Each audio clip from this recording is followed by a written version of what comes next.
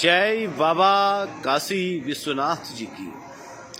बाबा विश्वनाथ जी की गुप्त नगरी गुप्त काशी की महिमा सदियों से पूजनीय है। आध्यात्मिक लिहाज से यह स्थान जितना महत्वपूर्ण है, तीर्थाटन वो पर्यटन की दृष्टि से उतना ही उपेक्षित भी। जितना प्रचार प्रसार बद्र केदार का है उतना गुप्त काशी का नहीं, जिस कारण यह क्षेत्र गुमनाम सा लगता है। भगवान भोलेनाथ जी का यह दरबार केदार मंडल क्षेत्र में स्थित है। रमणीक पर्वतमालाओं के मध्य शिव जी का यह गुप्त स्थान मोक्ष प्रदान करने वाला कहा गया है।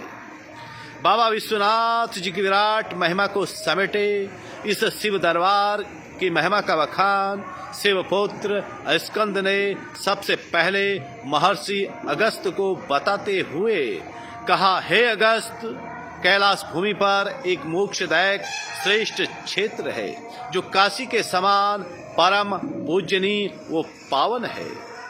यहाँ जो मनुष्य भक्तिभाव से शंकर भगवान की पूजा अर्चना करता है वह परम कल्याण को प्राप्त होता है।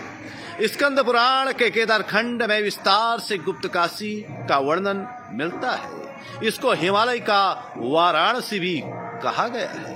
केदार के दक्षिण भाग में 6 योजनों की दूरी पर 2 योजनों में फैला यह काशी दिव्य मुक्त क्षेत्र है, जहां अनेकों ब्रह्मर्षि गण महेश्वर का ध्यान करते हुए महेश्वर तत्व को प्राप्त हुए, जिनके मस्तक अर्धचंद्र से अंकित हो गई। यह स्थान गुप्ततम है, इसलिए इसका नाम गुप्त काशी पड़ा। महर्षि अगस्त जी को स्कंद जी ने गुप्त काशी की महिमा बताते हुए केदार खंड के 200वें अध्याय में कहा, विश्वनाथ के स्मरण से परम विपदाओं का हरण हो जाता है। यहाँ सिद्धों के द्वारा भगवान शिव की स्तुति की गई है, इसलिए इस स्थान को सिद्धेश्वर भी कहा जाता है। यहाँ गंगा व यमुना ईश्वर में गुप्त होकर रहती है। जो मनुष्य यहाँ स्नान करता है वह दुर्लभ मुक्ति का भागी बनता है। विश्वनाथ जी की इस नगरी की महिमा पर प्रकाश डालते हुए स्कंद जी ने अगस्त जी से कहा, द्विज श्रेष्ठ, जो मनुष्य गुप्त काशी में स्वर्ण रत्न वस्त्र भूमि दान करता है वह अक्षय पुण्य को पाता है। जो माघ मास में मकर राशि में सूर्य के स्थित होने पर यहाँ स्नान करता है तो समझो उसने गंगा सागर आदि सभी तीर्थों में इस स्नान का फल प्राप्त कर लिया और 7 दीपों वाली रत्न पूरित पृथ्वी समझो दान कर दी। इन्हीं क्षेत्रों में राजा नल ने भी राज्य सुखों को त्याग कर शिव जी की तपस्या की। वो माता राजेश्वरी की अर्चना की। मंदाकिनी के दूसरे तट पर स्थित नल कुंड में स्नान करके मनुष्य अपने जन्म भर के पापों को धो डालता है। यही राजा मानधाता ने भी तपस्या करके परम सिद्धियों को प्राप्त किया। यह क्षेत्र बाणासुर की तपोभूमि भी कही जाती है।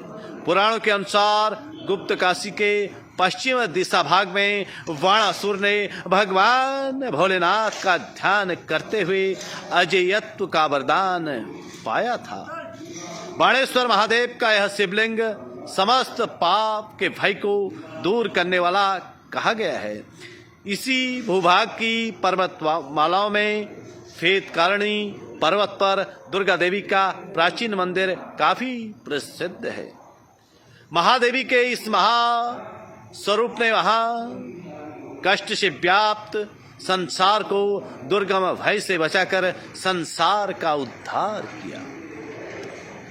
यहाँ जो भी भक्तजन निष्ठापूर्वक दुर्गा माता की आराधना करता है वह जीवन का आनंद लेते हुए देव दुर्लभ उत्तम भोगों को भोग कर अंत में मोक्ष को पा जाता है।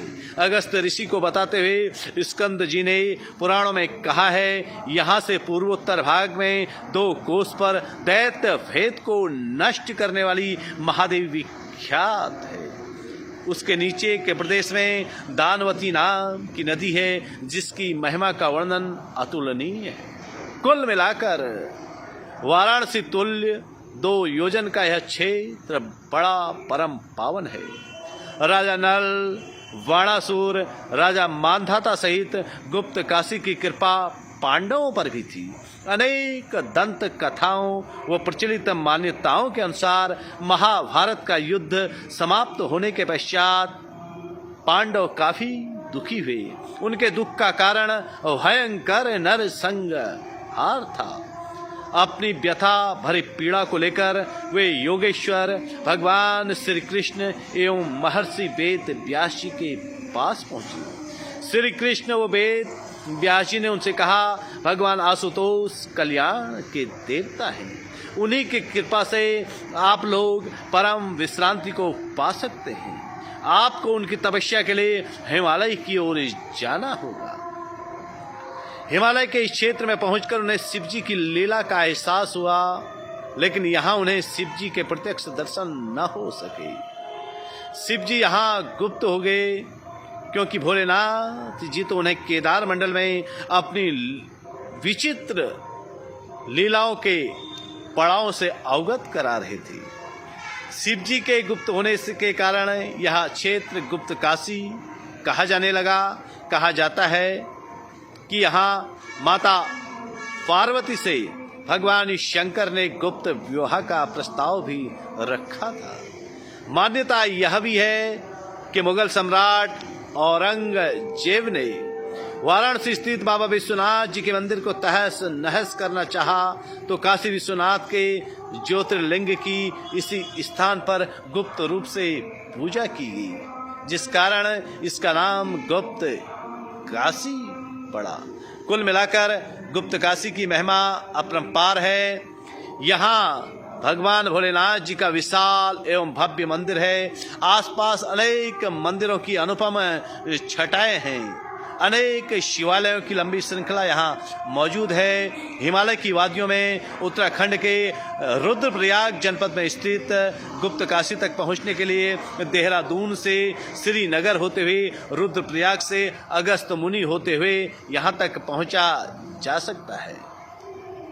शिव चर्चा के द्वितीय चरण में काशी महिमा के तहत शब्द सुमन के रूप में गुप्त काशी की चर्चा के बाद हम आपको अगली चर्चा में पुनः लिए चलेंगे बाबा विश्वनाथ जी की नगरी काशी की ओर। शब्द सुमन के रूप में हुई त्रुटि के लिए क्षमा याचना। जय बाबा भोलेनाथ। हर हर महादेव।